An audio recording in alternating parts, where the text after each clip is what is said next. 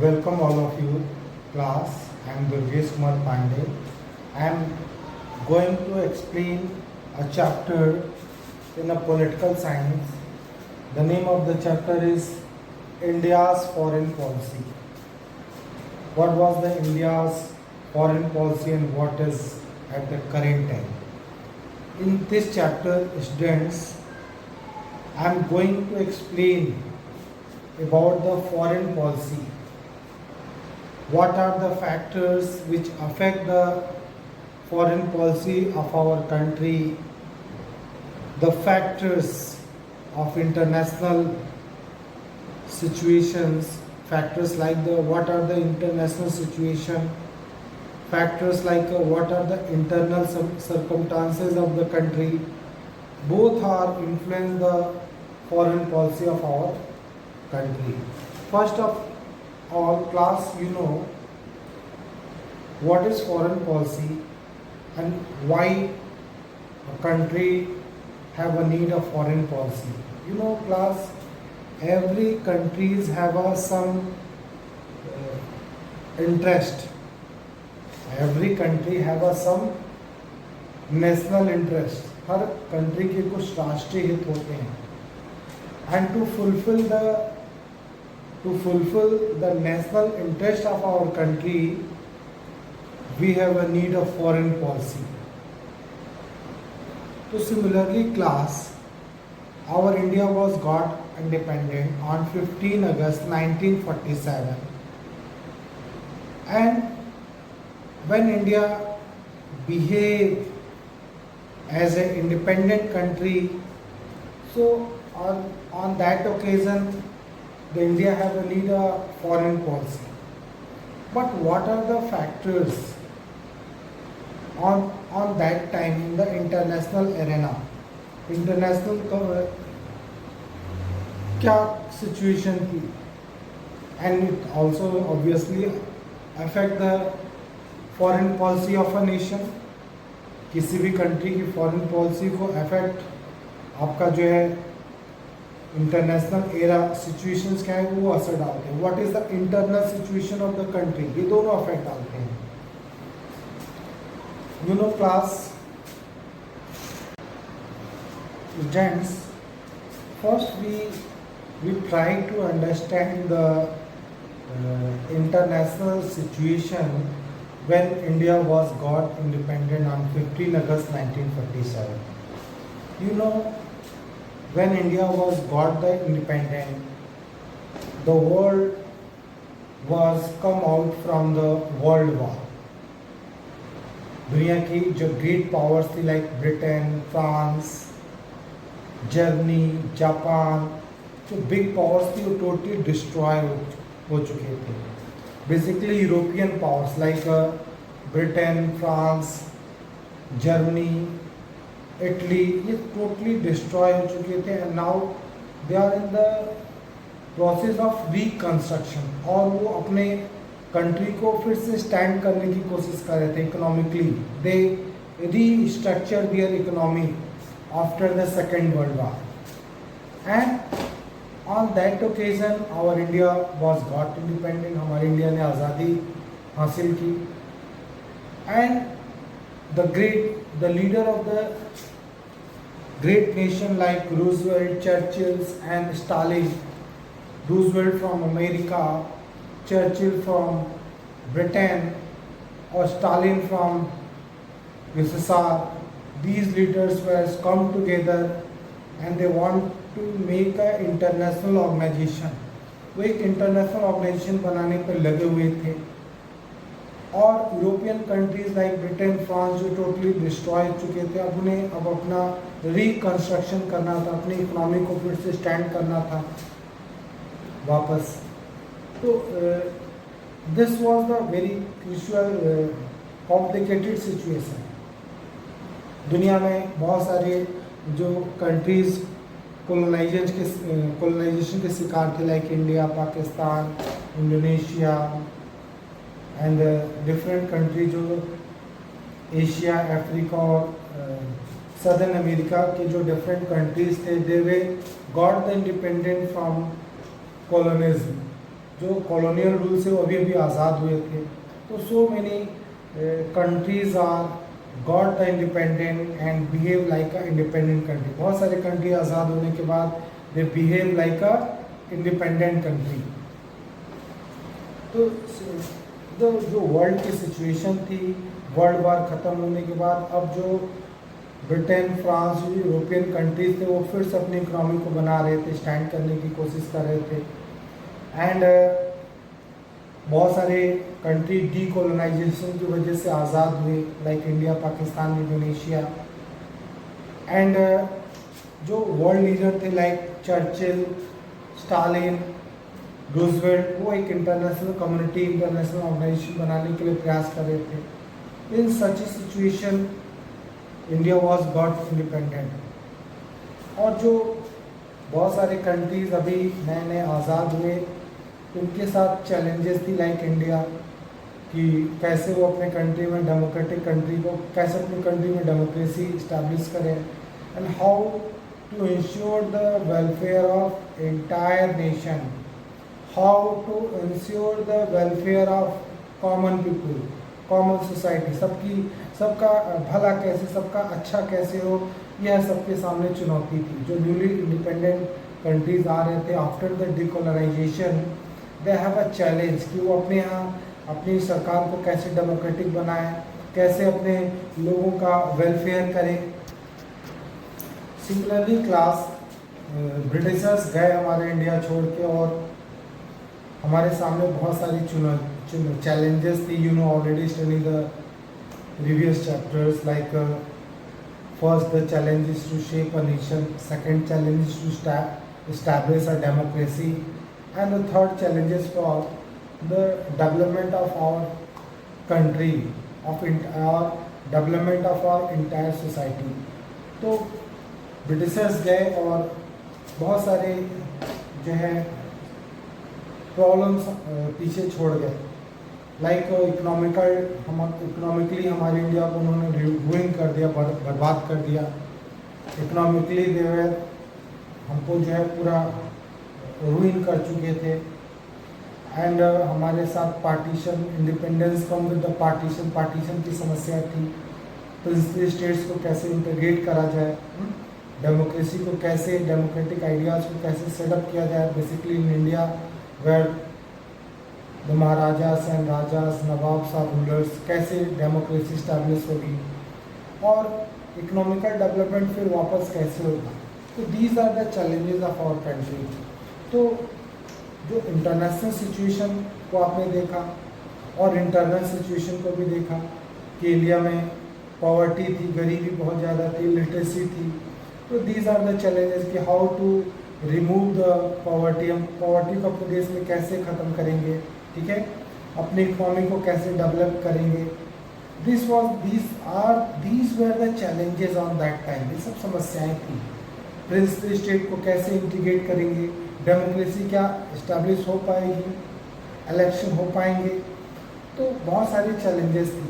तो international situation और हमारा इंटरनल सिचुएशन क्या है, दोनों ही नीड्स को देखते हुए India was decided their foreign policy. और इंडिया ने अपनी इस एक्सटर्नल और इंटरनल सिचुएशन को देखने के बाद जो अपने नेशनल इंटरेस्ट यानी अपने कंट्री की नीड को पूरी करती हो, वो फॉरेन पॉलिसी को इंडिया ने अडॉप्ट किया। And obviously India was not going in the block of US और यूएसएसआर, दोनों ही ब्लॉक में हम नहीं गए। And we are adopting NAM, हमने नैम को अपनाया जो हमारी कंट्री की नीड पूरी करती हो। ओके, हमने जो है ना यूएस के साथ गए, यूएसएसआर के साथ गए। We are choosing, we were become the member of NAM, हम नैम के मेंबर बने। और we are adopting a foreign policy which are fulfil our needs, जो हमारी आवश्यकताओं को पूर्ति करती हो, ऐसी फॉरेन पॉलिसी को हमने अपनाया। We are also become the member of UNO के मेंबर बने। और हमने ये ट्राई किया कि हम फिर अपने कंट्री की गरीबी या डेवलपमेंट के लिए हमने पंचवर्षीय योजनाएं बनाई, ठीक है। कि कैसे हम अपने गरीबी, अपने कंट्री से पॉवर्टी को एलिमिनेट करेंगे, एजुकेशन को इंक्रीज करेंगे। तो we make the 5 year plan for economic development. हमने अपनी सोसाइटी की नीड को देखते हुए अपनी फॉरेन पॉलिसी बनाई। हमारी फॉरेन पॉलिसी ऐसी हो जो हमारे कंट्री की नीड पूरी करती हो, हमारे नेशनल इंटरेस्ट को पूरी करती हो। क्लास हमने जो है अपने कंट्री में अपनी जो फॉरेन पॉलिसी में उसमें ये रखा, जैसे you are looking in article 51 in directive principle of state policy, what are the aims of our Indian foreign policy.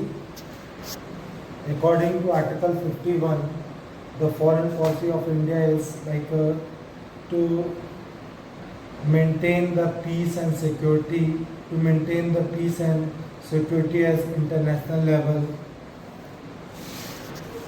maintain the honorable relation between the nation, respect the international treaties, and try to solve the dispute between different nations. And India was trying to achieve the security and peace with जो दुनिया के अलग अलग countries से हैं, हम अपने relations अच्छे करेंगे। And we respect the sovereignty of other nations, दूसरे नेशंस के सोवरेनिटी को रेस्पेक्ट करेंगे। And that is by maintain the peace and security of our country. Class, when India got the independent, the world was busy and in the Cold War. Two powerful blocks, US and USSR, was come into existence, and most of the countries of the world did join the US or USSR, but India was choosing the path of non-alignment movement. And class, during the freedom struggle of our India, during the freedom struggle, our India was also adopted the policy to criticize the imperialism and also the colonialism. Our leader like Subhash Chandra Bose of INA,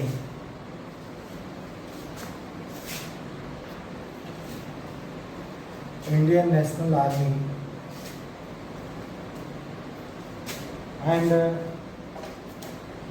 Subhash Chandra Bose was fight against the Britishers with contact the other leader of the world. And similarly our Pandit Jawaharlal Nehru and others are very well-known politicians. They were active to make the relation with the other countries better by the side of India. India का जो base है वो international country से बेहतर बनाने की कोशिश कर रहे हैं। And class when India was got the independent world जो में दो खेमे थे, यूएस और USSR, बहुत सारे कंट्री कुछ यूएस को ज्वाइन कर रहे थे, कुछ USSR को ज्वाइन कर रहे थे।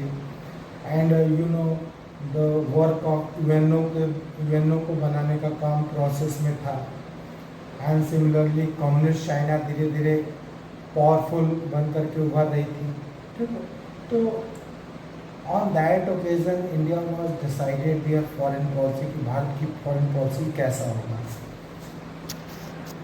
During the freedom struggle we are looking कि सुभाष चंद्र बोस ने जो है दुनिया के लीडर से कंसल्ट किया। He was also meet with the Hitler, Japan से मिले और इंडिया की आज़ादी की लड़ाई को तेज़ करने के लिए उन्होंने प्रयास किया। Class after the independent India was adopted the policy of NAM. Okay, and for forming the foreign policy of India, the role of Pandit Jawaharlal Nehru was very important. He was their own foreign minister. उन्होंने foreign minister अपने पास रखा. And after the independence, India's foreign policy was basically designed by the Pandit Jawaharlal Nehru. And Pandit Jawaharlal Nehru was a very popular and international levels leader, international levels के leader थे. And जो उनके personality थी उसका असर हमारे foreign policy पे दिखता था. उनकी सूझबूझ, उनके जो तरीके थे वो हमारे फॉरेन पॉलिसी में आपको इंट्रोड्यूस होते हैं. तो और foreign policy of India is form by the Pandit Nehru and influence by Pandit Nehru can say. And from 1946 से लेकर 1964 तक जो हमारी फॉरेन पॉलिसी रही, basically it was totally design by our Pandit Nehru. Pandit Nehru एक इंटरनेशनल लेवल के नेता थे. And from the during of जो फ्रीडम स्ट्रगल थी तभी से उनको वर्ल्ड लीडर से उनके कनेक्शंस थे. ठीक है, चाहे इंडोनेशिया के सुकर्णो हो, टीटो हो, या जो वर्ल्ड लीडर्स थे उनके कांटेक्ट थे. एंड आफ्टर द इंडिपेंडेंट हमारे इंडिया की जो फॉरेन पॉलिसी थी, लाइक चाइना के साथ पंचशील सिद्धांत हुआ. ठीक है, हमने जो है नैम का रास्ता चुना. तो जो बड़े बड़े डिसीजन थे वो पंडित नेहरू ने अपनी बुद्धिमानी से, अपने जो है सूझबूझ से लिए. And obviously he was a great man. जो उन्होंने लिया वो अपने समय के हिसाब से, सिचुएशन के हिसाब से बेस्ट था. ठीक है, हमारा जो नेबरिंग था China was a very powerful country, तो उनके साथ फ्रेंडली रिलेशन बनाए हमारे पंडित नेहरू ने. ठीक है, एंड जो भी यूएस और यूएसएसआर था, हमने किसी एक के साथ में जाकर के नैम को अपनाया. इट वॉज ये जो विचार थे ये पंडित नेहरू के थे. एंड हमने एक ऐसे फॉरेन पॉलिसी को अडॉप्ट किया जो हमारे कंट्री की नीड पूरी करती है, और that is why we adopted NAM. NAM को हमने इसीलिए अपनाया. और जो नेहरू की जो सोच थी, बहुत सारे लोग ऐसे हमारे इंडियन पॉलिटिक्स में दे वर एडवाइज द नेहरू कि हमें जो है यूएस को फॉलो करना चाहिए, यूएस की जो कैपिटलिज्म एंड लिबरल डेमोक्रेसी उस पॉलिसी को लेके चलना चाहिए. And doctor B R Ambedkar and और जो स्वतंत्र पार्टी और जो दूसरे लीडर्स थे वे गिविंग एडवाइस टू नेहरू कि आप यूएस प्रो डेमोक्रेसी है अमेरिका, तो आप अमेरिका के साथ जो है के रास्ते पे चलो. और कुछ ऐसे भी लीडर थे जो कहते थे कि हमें इंडिया को यूएसएसआर के पाथ पे सोशलिस्ट मॉडल को अपनाना चाहिए. बट जो पंडित जवाहरलाल नेहरू थे was using a flexible approach. उन्होंने किसी एक रास्ते पर ले जा करके न अमेरिका न यूएसएसआर बल्कि उन दोनों की खूबियों को अडॉप्ट किया, मिक्स करके वो लेकर के चले. मीन्स स्टेट कंट्रोल इकोनॉमी भी रहेगी एंड प्राइवेट कैपिटलिज्म को भी बढ़ोतरी दिया जाएगा, प्राइवेट जो प्लेयर्स हैं उनको भी सपोर्ट किया जाएगा. And Pandit Nehru was trying to balance these two model. और दो मिक्स इकोनॉमी हमारे पंडित जवाहरलाल नेहरू ने अपनाया for the in the first 5 year plan, second 5 year plan. And India के जो इकोनॉमिकल डेवलपमेंट था, पॉवर्टी एलिवेशन का जो प्रोग्राम था, वो पंडित नेहरू ने इसको अपनाया. Class, you know, after gaining the independence, our India was choosing a path which was equal distance from both camp. Okay, you know, America, USA, the Western alliance with the Britain, France and western European countries जो USA के साथ थे, they were make a NATO, ठीक है, सीटो CentOS बनाया, ठीक है, बट और इंडिया हमारा उनके ग्रुप में नहीं गया, नहीं ज्वाइन किया। And the second block USSR ने वार्सा पैक्ट बनाया, तो हमारे इंडिया ने दोनों ही ग्रुप से इक्वल डिस्टेंस बनाए रखा है, डिस्टेंस दूरी बनाए रखी।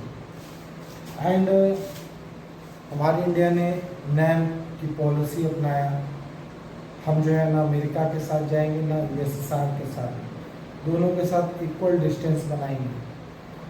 और कभी कभी जैसे 1956 में when British was attack on the Egypt, Suez canal के मुद्दे पर जब Britain was attack on the Egypt, Britain ने इजिप्ट पे अटैक किया तो इंडिया वाज कंडेम, इंडिया ने उसका विरोध किया। बट द सेम ईयर जब हंगरी पर जो है यूएसएसआर वाज अटैक, यूएसएसआर ने अटैक किया तो इंडिया ने कुछ रिस्पॉन्स नहीं दिया।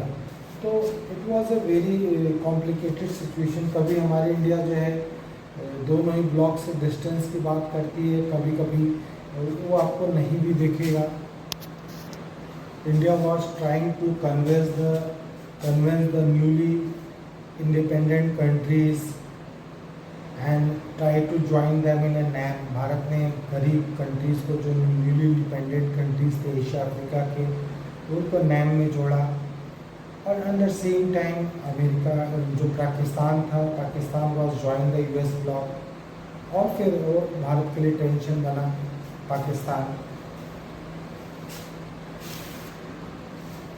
Class US was not happy with the stand of India कि वो यूएस के खेमे में नहीं है, ठीक है। Pakistan was join the US और US was always angry with the India कि वो यूएस के साथ नहीं है। And sometimes peoples are saying कि इंडिया यूएसएसआर के क्लोज में है क्योंकि वो 5 ईयर प्लान या सोवियत मॉडल को फॉलो कर रहा है। But India was adopted a foreign policy which was fulfill the needs of India and plus Asian African unity. Next topic is in the early era after the independence, India was trying to convince the newly independent countries from Asia or Africa. Our Prime Minister was trying to convince these newly independent countries of Asia and Africa come together and make an organization. Like in 1947, our Pandit Jawaharlal Nehru was organized an Asian Relation Conference before the independence. And in 1949, Pandit Nehru was organized the international conference, and this was for the support of Indonesia's freedom. And next in 1955, Pandit Nehru was organized a Budan conference, you can say Afro-Asian conference in the country of Indonesia at the Budan. Okay, so this Budan conference was the stage where Pandit Nehru was trying to convince the newly independent countries of Asia और Africa, Asia Africa के जो नए आज़ाद देश हैं इनको एक साथ ला करके he was trying to make an organization बनाने की कोशिश किया। उनकी जो कॉमन प्रॉब्लम्स थी उसके लिए वर्क करके उसको सॉल्व करने की कोशिश किया। Because they have a same type problem, जो तीसरी दुनिया के थर्ड वर्ल्ड के कंट्रीज थे उनकी समस्याएं सेम थी।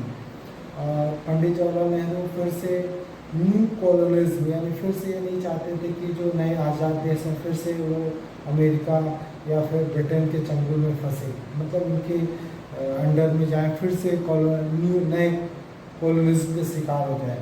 That is why Pandit Jawaharlal Nehru Asia Africa और लैटिन अमेरिका के जुड़ी न्यूली इंडिपेंडेंट कंट्रीज थे उनको कन्वेंस किया। Pandit Nehru was oppose the apartheid system in South Africa, ठीक है। और एशियन अफ्रीकन की जो यूनिटी थी, वुडन कॉन्फ्रेंस था, उसी ने नैम को जन्म दिया। सितंबर 1961 जो बेलग्रेड में जो नैम बन करके सामने आया, वो इस वुडन कॉन्फ्रेंस से ही निकला हुआ एक ऑर्गेनाइजेशन था।